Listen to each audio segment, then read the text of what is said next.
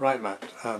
Previously you spoke about how product design and manufacturing processes and product service mixes as product service systems can help us deal with the resource waste and pollution issues that we face for more sustainable living.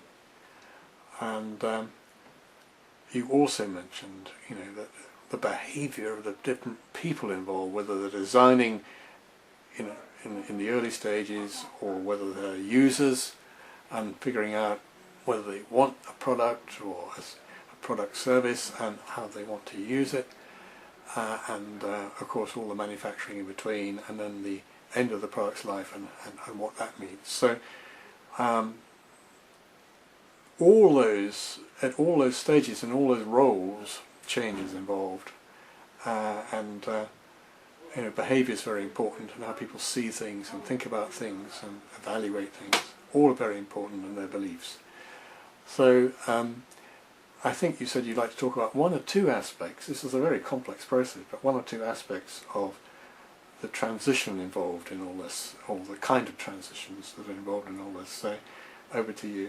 Okay, thanks for that, John. What I particularly like to draw out actually is the role of design in transitions, and I think that, in my view anyway, design is a distributed competence. I think that it isn't actually exclusive to professional designers. It's actually something that we all do. If you think about it, many households, we may replant our garden and chop trees down and change our garden. Well, that's really, in some respects, an act of design. We're redesigning our garden, we're remaking it. We may also change our living room around to change the position of the sofa and the television or whatever, and that's an act of design.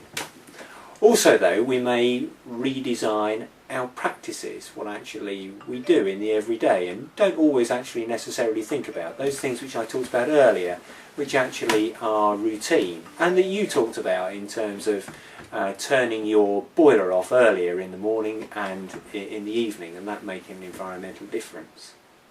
So for me, design is something which is distributed.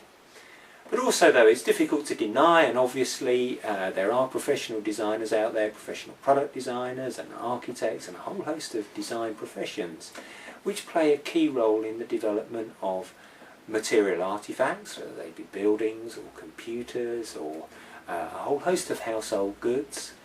And really that activity plays out at the beginning of the process of developing some sort of artifact.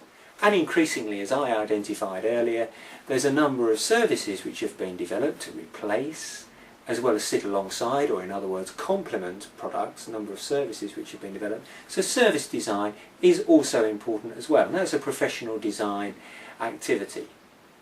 Now for me, I have questions about how designers can begin to engage in environmental challenges. And this is something which has gone on for a long time, and there are many authors which have been working and doing good work in this field.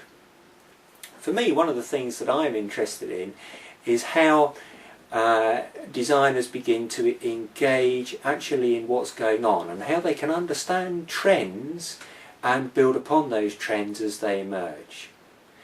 For me, it's not a case of generating scientific knowledge which can be easily separated from context to inform design about, for example, user behaviour, but rather what we need to do is we need to actually actively engage in contexts to find out what's going on, because I don't believe that you can separate knowledge easily from context, certainly not to the levels of detail that we may need to understand behaviour and to redesign our products. So understanding context, engaging with context is really important, and for designers to get to know these contexts, perhaps through ethnographic methods, where they spend time in communities, is a really important activity. There I think we have a call for pragmatism more generally as well, and I think it's not just understanding context, it's understanding what's going on. And if you like, one term which we may use is in sharing the sweat. Sharing the sweat and the activities which are going on in a given area.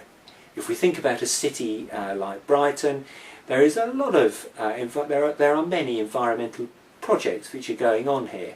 Well, for me then the question becomes, well, how can designers begin to engage in those projects to make a difference? Rather than arriving in Brighton with a number of preconceived ideas, for example, which have been developed from knowledge which we just take from, which supposedly can be separated from context. So I think a call to understand context, a call to build on what's going on and pragmatically engage is really important. The second thing that I think is really important with respect to how designers can engage is around participation and co-design, and how we can get a number of participants to engage in design is very important. Well, I think getting many voices heard in the design process is really important. And secondly, I think that it's not only a case of hearing many voices in that process, whether they be users or a variety of local stakeholders, such as local government employers, for example.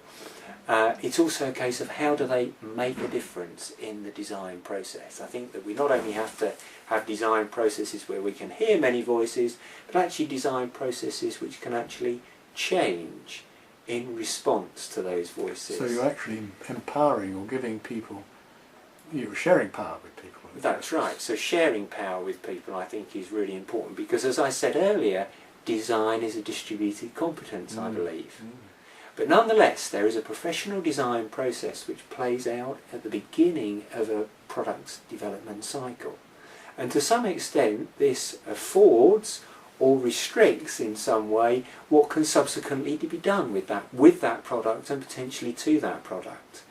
And I think by engaging with local context and engaging with a variety of stakeholders in the design process, I think designers will be better able to understand what may subsequently happen to the product which they produce, and actually what changes may be made to it by stakeholders. And I think if we engage those stakeholders, those actors in that process, there are more opportunities for them to think about redesign processes, redesigning their practices, redesigning processes in due course.